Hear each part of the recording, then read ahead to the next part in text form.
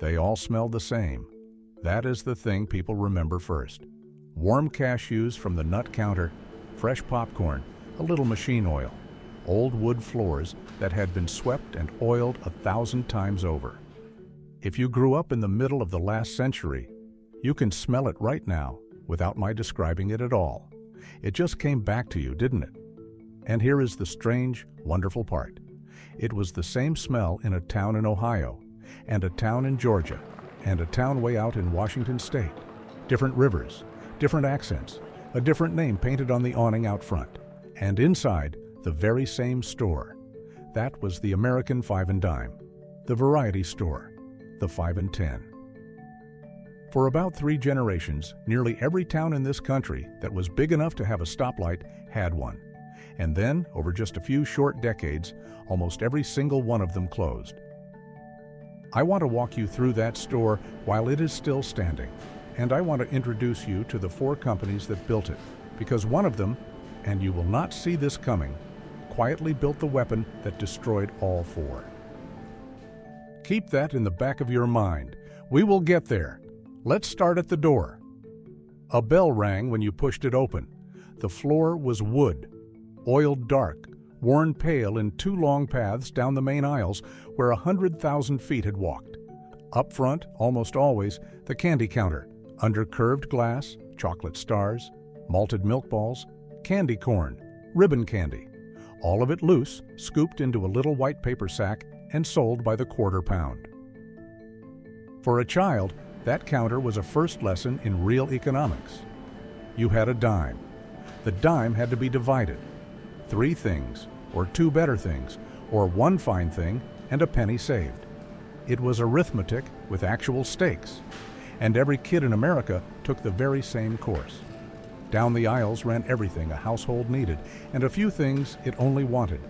Spools of thread and packets of needles, garden seeds in paper envelopes, toy soldiers, hair ribbons, goldfish swimming in a tank, and toward the back, in a lot of these stores, a pet department.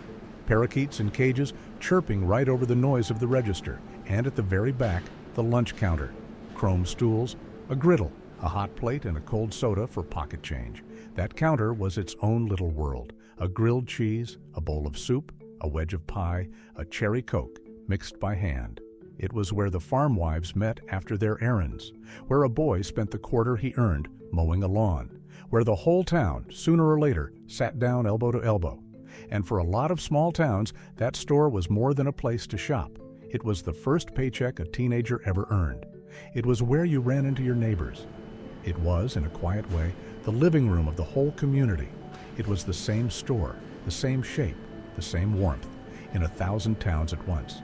And listen, if this is already bringing your own hometown store back to you, then you and I are going to get along just fine. Do me a favor and tap subscribe so we can keep wandering through places like this together. I will even leave you a question at the end that I genuinely want you to answer. But first, let me show you how all of this happened. Because to understand it, you have to meet the 4 families who did it. The first you already know. Woolworth. Frank Woolworth, the shy farm boy from New York, opened his successful 5 and 10 in Lancaster, Pennsylvania, back in 1879. The open tables, the fixed low prices, the goods you could touch without asking. He proved the whole model could work. Everyone who came after him was, in one way or another, copying his homework. The second name is the one to watch closely, S.S. Kresge. His full name was Sebastian Sparing Kresge, and he was a former tinware salesman out of Pennsylvania. A famously, almost comically thrifty man. The kind of man the old stories say resoled his own shoes just to make them last a little longer. And here is a detail that almost nobody ever learns. Before he ever had his own chain, Kresge went into business with another dime store man, a partnership. And when the 2 of them split up around the turn of the century, one partner took the stores down in Memphis, and Kresge kept the stores up in Detroit. Out of that split, in 1899, came the S.S. Kresge Company. Remember that. Remember that Kresge built the second largest dime store empire in the whole country, store by careful store, penny by careful penny. because at the very end of this story, the Kresge company does something that none of the others did. That partner he split from? His name was John McCrory, and his is the third name on our list.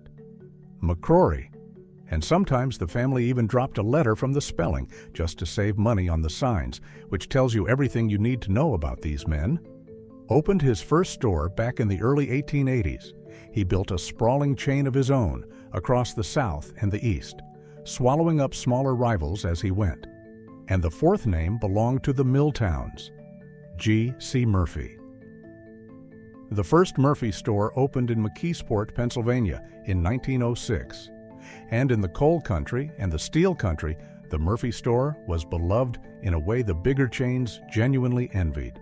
Friendly, local, a lunch counter that made it a social hub as much as a shop. 4 names: Woolworth, Kresge, McCrory, Murphy. 4 different families, 4 different home cities, 4 different signs over the door. But step inside any one of them and the floor creaked the same way. The candy glass curved the same way.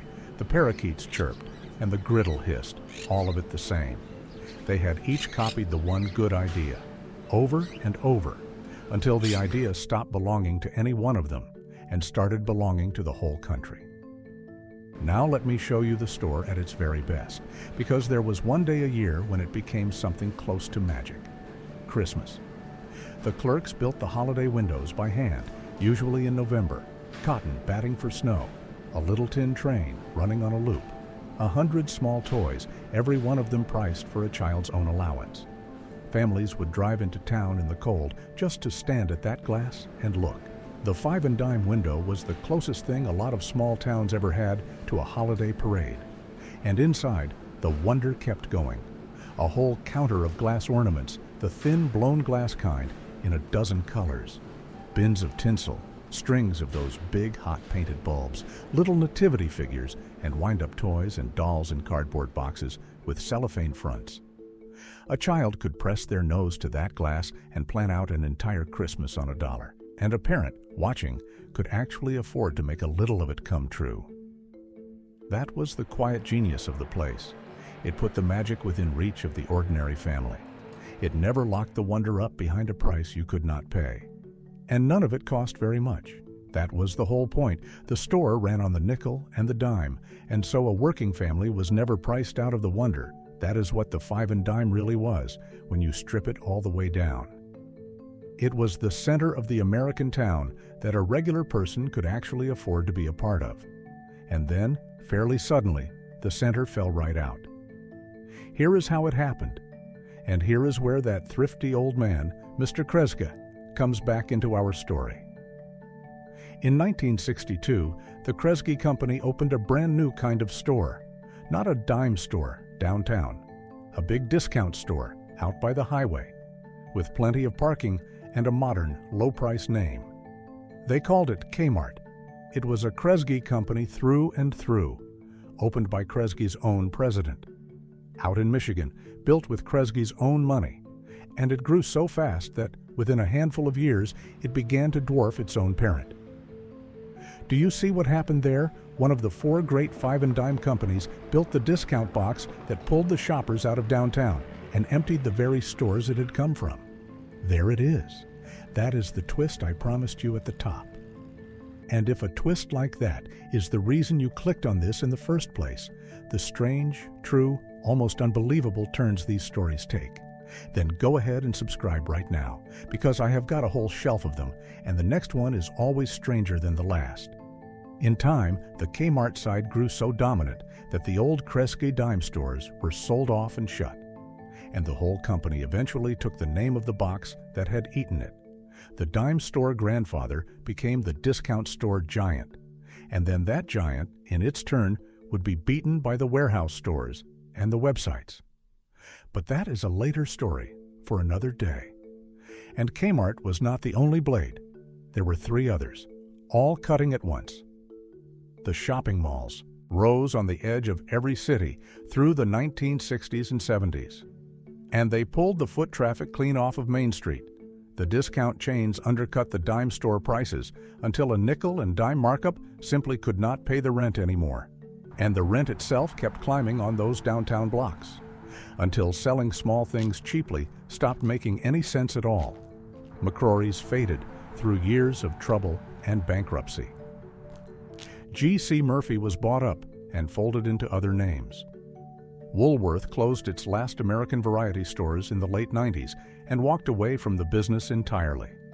One by one, the 4 storefronts went dark. The same store that had once stood in 1,000 towns, gone from nearly all of them. So walk that old Main Street today. The buildings are mostly still there once you learn to spot them. The long, narrow floor plan, the high-pressed tin ceiling, sometimes still visible above a newer drop ceiling, the wide front windows where the Christmas train used to run. But the candy glass is gone. The lunch counter is gone.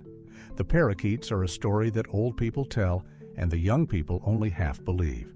And out on the highway, even the box that won the war is dying now, in its own turn, beaten by the next thing. And the next. The format that killed Main Street did not even get to keep the spoils. That is the part that ought to stay with us, I think. The dime that built 1,000 town centers does not buy anything, anywhere, anymore.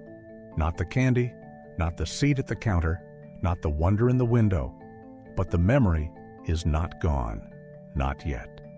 And that is exactly where you come in, because I cannot tell every one of these stories from the outside. I know the 4 big names, I know the shape of the floor and the smell of the nuts.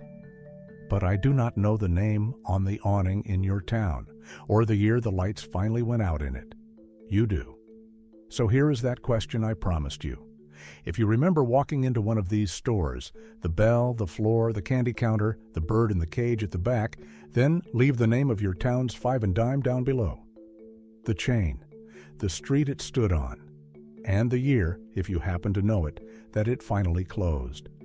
Because these places did not vanish all at once. They vanished one small town at a time. And most of them nobody ever wrote down. We can write them down now. Together. One comment, one town, one storefront at a time. So subscribe and leave yours. That smell, the cashews, the popcorn, the old oiled floor.